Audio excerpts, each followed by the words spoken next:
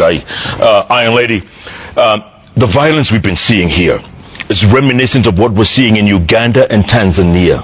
Are we safe?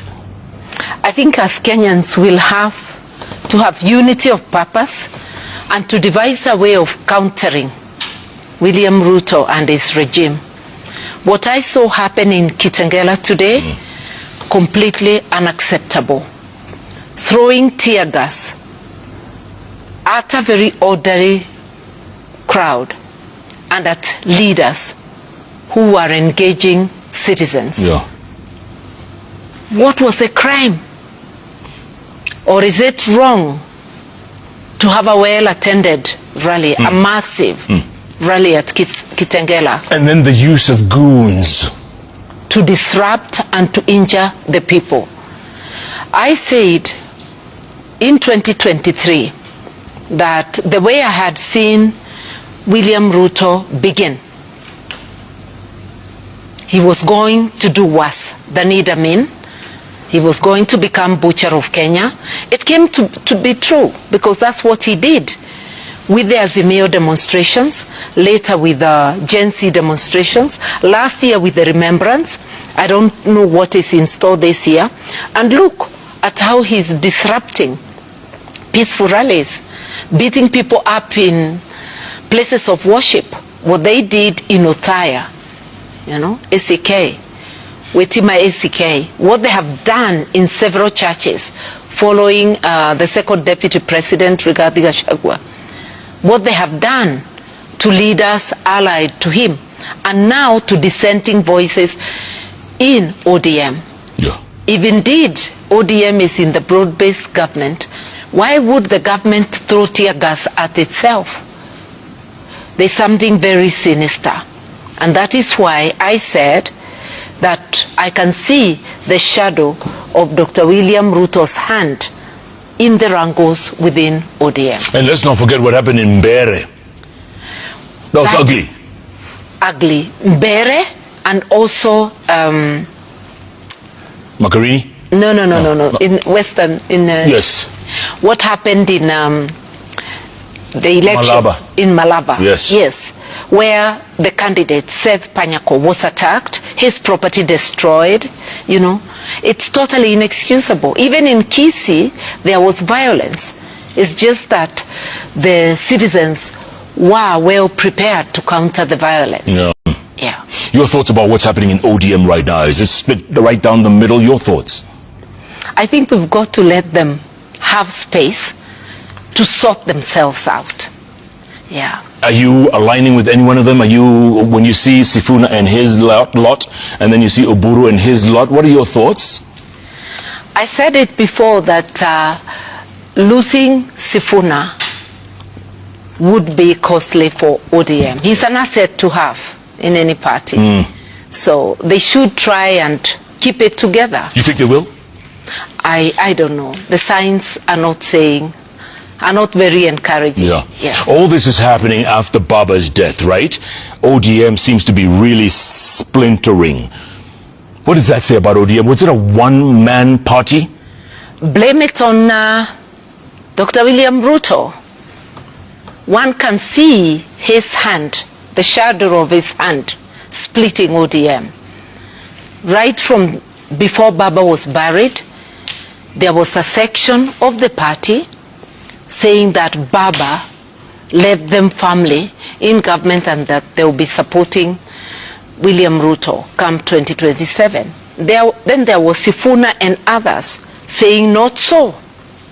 What about the 10-point agenda? They were saying many things. Yeah. So this split is about support or not supporting William Ruto.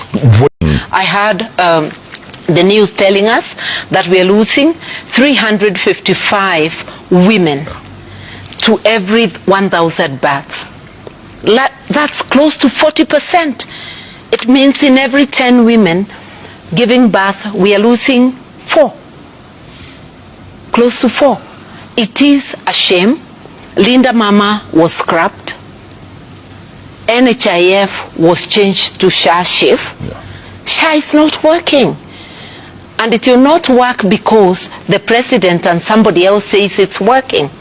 It is the people, through the people's testimony, that we know it's working. The government of the day did not have to insist NHIF was working. It was the people's testimony. Can we know where our money goes? We already know that SHA funds go straight to an account in Dubai. It doesn't always come back. People are paying more than they used to pay, and they are getting very little. We've seen cancer patients crying. I was in Meru yesterday for a cancer walk, and there are many people suffering. We had 3 survivors giving their testimony that the pain is so excruciating.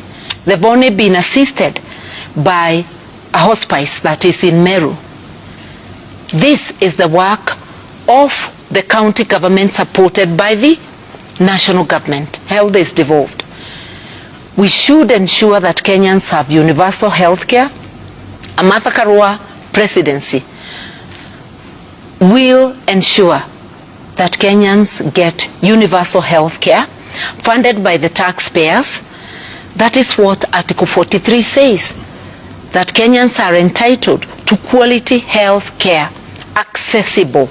When you have it universal, meaning for everyone in public facilities, it means access to health is there across the board. Yeah. Today that's not the case. Access to health has been reduced by the terrible policies of the Kenya Kwanza regime of Dr. William Ruto. Instead of access being expanded, it's been constricted. Yeah. And you honestly think you could still be number 6? The 6th president? You think you can Yes, the 6th. I still think there's a chance, and I'm going to work on it. And I keep saying, it is not now that I'm vying that I'm talking of universal health care. Firstly, I'll remind Kenyans that with us Raila Odinga's running mate, our manifesto was promising Kenyans universal health care, universal access to education in all public facilities, starting from early education to university. It was promising that the households living below the poverty line, at that time identified as 2 million, would all get social support to the tune of 6,000 a month. This is in line with the provisions of Article 43 of the Constitution, that there must be social support for those who are unable to cater for themselves. I want Kenyans to know it is possible to have universal health care, fully funded by taxpayers. It is possible to have universal access to education, from early learning to university in public facilities. You just have to count how much money we are losing every day to corruption, to outright theft, and to abuse, pampering the lives of a few ruling elite. What about all this talk of going to Singapore? What are your thoughts? Our thoughts is, first we must get the basics right. It is never wrong to have a dream of improving the country. But when you verbalize that dream, at a time you are presiding over grand theft of the resources of the country, grand abuse of the resources of the country, then you are laughing at Kenyans. No wonder some people have called it Jingapur, you know? They're trying to understand it. You cannot be presiding over the confusion that is Kenya, over the destruction of the rule of law and any accountability structure, and start talking of becoming Singapore. He must be thinking that Kenyans are not using their mind. Please ask Martha whether she's ready to collaborate with our Gen Z leader Sifuna if she wants to be president, because without him, Jason says you cannot win. I don't know about that, but I know that Sifuna is a principled politician, and I would collaborate not just with him but with all people with whom we share ideals. Yeah. All right, from Mombasa, and he asks, Honorable Martha, is Azimio dead? Your co-principal, Kalonzo Musyoka, is on record officially dissolving the coalition after the death of Baba, only for him to claim that it is still alive after the intervention of former President Uhuru Kenyatta, who, in my opinion, should enjoy his retirement rather than engage in active politics. May I first say that the party I lead, PLP, is not a part of Azimio.